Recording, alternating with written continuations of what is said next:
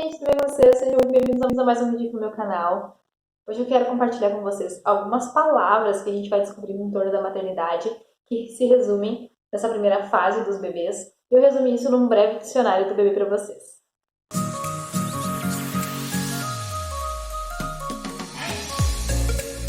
Mas antes de ir para o nosso assunto de hoje, quero convidar você que é novo por aqui, vem ficar bem pertinho da nossa família, se inscreve aqui no nosso canal. Não esqueça de curtir o vídeo aqui embaixo. E se você usa muito no dia a dia mais alguma palavra que eu possa ter esquecido, deixa aqui nos comentários que de repente pode rolar uma parte 2 desse vídeo.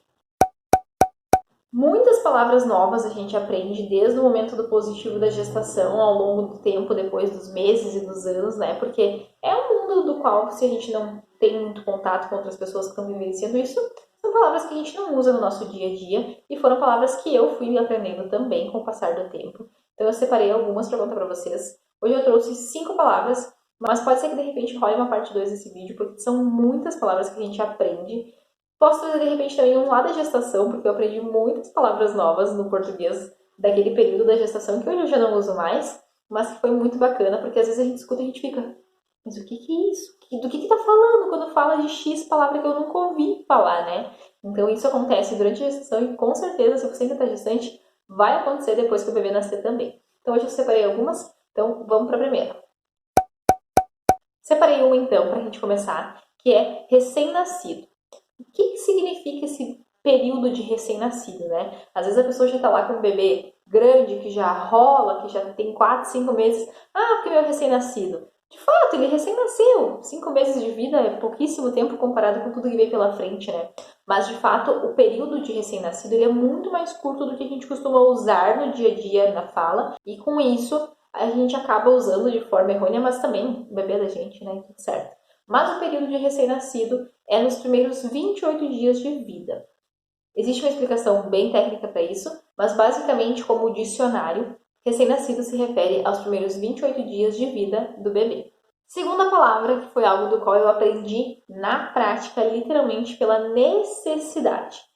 O primeiro período do Benjamin, ele de 0 a 3 meses, foi um período tranquilo de modo geral, comparado com muitas coisas que eu já escutei, mas que sim, precisou com que a gente aprendesse coisas novas, precisou que a gente aprendesse a entender o que ele precisava e o que ele estava vivendo, que justificava a imaturidade intestinal das cólicas, que explicava por que ele acordava num período mais curto para mamar, mas existe sim um termo que define e junta tudo isso, desses 3 primeiros meses de vida do bebê, que às vezes pode ser até um pouquinho mais, se chama esterogestação, que basicamente é um nome utilizado para representar esse período dos 3 primeiros meses de vida do bebê, que seria uma continuação da gestação, por isso que esterogestação, né, que é uma gestação continuada aqui fora. Então, por que é muito comum? Então, por que é muito comum essa questão de cólicas no começo da vida do bebê, problema com gases, com disquesia? Porque é uma maturação de alguns sistemas que ainda não estariam 100% prontos, diríamos assim, sabe?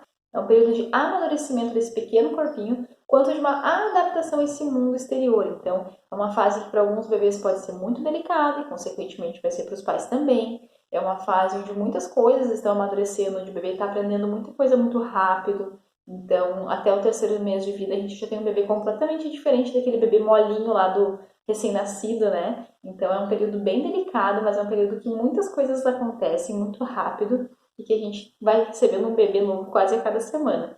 Mas é um período muito bacana. Aqui para nós, a nossa esterogestação com o Benjamin foi tranquila.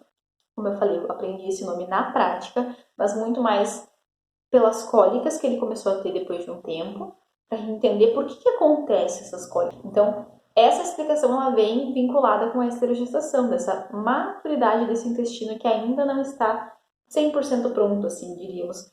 Mesmo que for para receber leite materno, para receber fórmulas, e obviamente para mais nada, né? Porque eles não precisam de mais nada além disso. Então, é uma fase muito bonita, mas que pode ser, sim, muito desafiadora. O próximo eu aprendi literalmente na prática, porque eu já esperava que o meu recém-nascido teria cólicas, porque basicamente todos que eu conhecia tiveram. Então é uma coisa que a gente meio que espera inconscientemente. O que também não é regra, não quer dizer que todos terão. Mas teve um que eu literalmente aprendi na prática, porque eu não fazia ideia do que era. E olha que eu muito já tinha estudado sobre educação infantil, mas que as pessoas não comentavam. Mas que eu nunca tinha ouvido falar, assim, porque eu nunca tinha ouvido ninguém comentar. que são os saltos de desenvolvimento. E o que seriam os saltos de desenvolvimento? Bem brevemente, porque é um assunto muito amplo. O salto de desenvolvimento é um período do mês, basicamente todos os meses têm, mas não são todos, entre os primeiros 18 meses de vida. Alguns não têm, porque são só 10. Por um lado é bom. Porque são só 10, então não são todos os meses que tem, mas alguns têm intervalo assim, um tem, no outro não tem, nem vai ter de novo. Então, quase todos tu sente ali. E dá uma espaçadinha um pouquinho mais ali do 12 para o 15, depois do 15 para o 18, que é quando aumenta um pouquinho o intervalo. Mas nos primeiros meses quase todos têm. Então, e todos os bebês passarão pelos saltos. Seja porque, mesmo que você entenda e conheça deles ou não. Porque o que significa esse salto de desenvolvimento?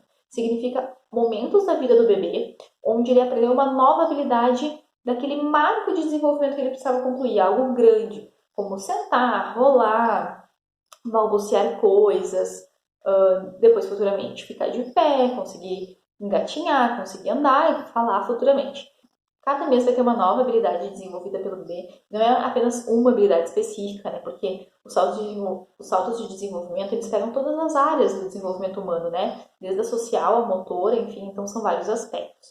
E com o Benjamin foi da mesma forma, obviamente, que será com todos os bebês, só que eu aprendi com ele na prática, porque eu nunca tinha ouvido falar sobre isso.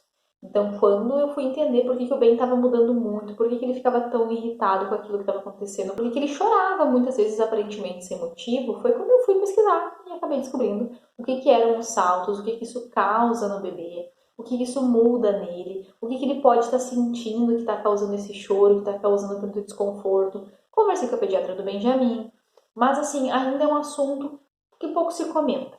Ainda tem pessoas que não conseguem ver o salto como algo cientificamente falando, né? E então é um processo que a gente vai entendendo com o tempo e só vivendo mesmo para saber. Mas é muito bonito de ver, não é fácil. Aqui em casa com o Benjamin, todos os saltos até o momento têm sido muito desafiadores, tanto para ele que está sentindo, né, vivendo tudo aquilo e aprendendo coisas novas, porque muitas vezes ele fica irritado com aquilo, ele fica assustado com aquilo, e consequentemente ele chora mais, ele dorme pior, ele mama mais e menos ao mesmo tempo, porque ele mama mais vezes em menos quantidade, então acaba que fica cansativo para nós, é mais difícil para nós também.